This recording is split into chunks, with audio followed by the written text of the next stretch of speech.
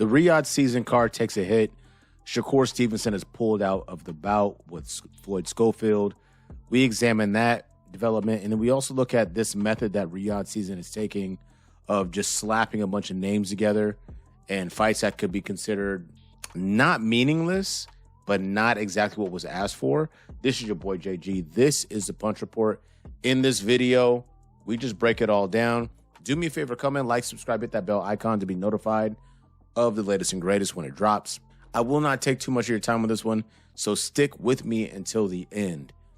So, Schofield was pulled from the card by the BBBFC because of illness. It's not specified. I guess he had a tummy ache.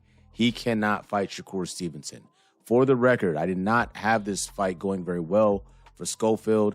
Athletic guy, good power, but Stevenson has consistently been a fortress, very difficult to find. I think he's the least hit fighter in boxing today. Feel free to correct me if I'm wrong. I don't think that I am. And then you add, if Shakur gets confident in his offense in deploying that, sometimes he struggles in that area, then it's just a tough out. This was a massive step-up fight for Schofield. Maybe, perhaps, this is actually to his benefit, not having the opportunity to fight Shakur right now. Go back to the drawing board, study some tape, refine your craft, skills, and ability, and show up next time around if the opportunity is granted. That being said, Riyadh season, February 22nd, the main event, Dmitry Bivol, Artur Beterbiev. That's a fight that needs to happen, immediate rematch. I'm always appreciative of that, but I want to be honest about the rest of the card. If you take the Schofield-Stevenson fight away, which is gone, and it's rumored that the two guys that are in line to be fighting Shakur are guys who I don't know, and their names I can't pronounce. And this is super short notice. Today's the 18th. So you're talking about getting somebody in a position to fight a high-level, defensive-minded sharpshooter like Shakur Stevenson on 4 days' notice. That person's getting absolutely cooked. It is what it is. I feel like that fight was rated too low on the card. Joseph Parker, Daniel Dubois is the co-main event. I already mentioned the main event. And then if you go a little further down the card, you have a really meaningful fight, in my opinion, for a number of reasons, between Israel Madrimov and Virgil Ortiz. If you go back to the Madrimov-Crawford fight in that card, there was no ROI. They spent crazy amounts of money. No one really tuned into it like that. And that was another mega card, a stacked event. It's not good enough in the sport of boxing to just slap names together for no real rhyme or reason and then stick it in Saudi Arabia, where the co-main event starts at 3 p.m., I believe. The Shakur fight with Schofield was at like 11:35, and then you have a 3-4 hour gap based on the scheduling. You know, it just doesn't work. And right now, I'm looking at the fighters that are American, guys who've made names for themselves. I don't know how this serves the sport from that perspective. Riyadh season, putting names together, doing gimmicks like concerts or vehicle giveaways, it lets you know that the product is not refined enough, and it's not attractive enough for the primary consumer of the sport of boxing, especially with American fighters, to really buy into it. Additionally, you just lose Shakur Stevenson, which I mentioned before. And so the idea of, like, I mean, think about Jared Anderson. He fights Martin Bakole, huge step up fight. He probably got paid crazy bread. I have not looked into it. Was he ready for that fight? I don't question it because he lost. I question it because of how he lost and who he'd been fighting up until that point and who he's fought since then. The whole top rank experiment with fighters that look like me has not been a good one. That's why I got to question sometimes. I mean, I love Shakur as a fighter. His business acumen is trash. Keyshawn Davis is a top-ranked fighter who I think really is a guy that's on the rise. He has a fun style. He's a counterpuncher with power, or some power, and an aggressive style. He's very, very cerebral in the squared circle. That's a guy you can kind of build around from a marketability perspective. But they're not going to do that at top rank. If you're not Tyson Fury or Lomachenko or somebody like that, Floyd bought himself out, and you see what happened. Look at Terrence Crawford. Crawford said, hey, I re-up with these guys once, had a long contract, re-up, I fought on HBO, blah, blah, blah. They didn't do me right. Bob Arum said he loses me money and all this wild shit.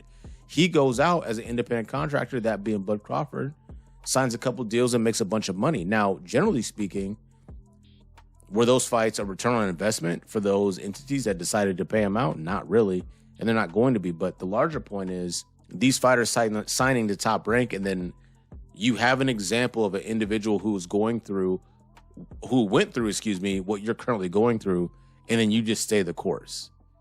And it looked crazy. And now Top Rank's about to be booted off ESPN, which is wild. But I digress. Riyadh season and Turki Al-Sheikh, they have funds. So they throw funds at fighters. I don't know if these fights or these cards, especially in Saudi Arabia, shout out to Saudi Arabia, really move the sport of boxing forward in a way that the American consumer would consider significant. And one may say, well, it's not about the American consumer. There's other individuals who consume boxing at a high level. And I would not offer you an argument. But what I would say is this. If your Riyadh season in Turkey, how many events do you want to put on that are going to fold? Where you just go right into the red. You don't do numbers at all. That's not a successful business model, despite whatever, resources that you have available to you. And it's also an indicator of how these events are being received. I think if it were me, I would bankroll all my shit in the States. I would say, okay, cool, I'm doing a mega card and I'm doing it stateside. Because I want to measure myself against the American market when I'm starting to produce these cards and put them together. If I do 3-4 cards that I call mega cards in the American market and they all fall flat, I know I'm doing something wrong. And then I can make the adjustment. Right? PDCA. If you know, you know. I struggle to be celebratory when I think about the prospect of a Riyadh season from the perspective of the impact that it has in boxing, other than overpaying a lot of guys to go out and do lackluster performances that no one's really checking for based on the main event being ass or the location of the bout not allowing for larger markets to consume the event as a whole. Now, if you think about Dmitry Bivol, Artur Beterbiev, that's a rematch that needs to happen. It's well-timed, and I'm appreciative. I'm happy. I will offer no argument to that. But if you get beyond that, Daniel Dubois, Joseph Parker, that's a meaningful fight at heavyweight. Shakur, he's off the table because Schofield's out, even though I didn't like the fight. And go down the list to Virgil Ortiz and Israel Madrimov. I like that fight more for Ortiz because I want to see how he looks against Madrimov, who's on murderer's row right now. He's just fighting everybody. Versus Terrence Bud Crawford. Crawford couldn't do much with Madrimov, so, that went to decision. And I've said this very consistently, some of the wrinkles that Bud Crawford had to deploy against Madrimov were unique because it's a new challenge. New weight, big, strong guy, undefeated with a draw, so on and so forth. But generally speaking, I really am curious about the thoughts. What do we think about Riyadh season from an American perspective, and recognizing that there's a tremendous level of talent within the States, and we have guys who command the market worldwide. Even if you want to adopt Canelo into our market, he's massive. Tank Davis, he doesn't need it. If he fights in Vegas on a Saturday, that's getting consumed worldwide.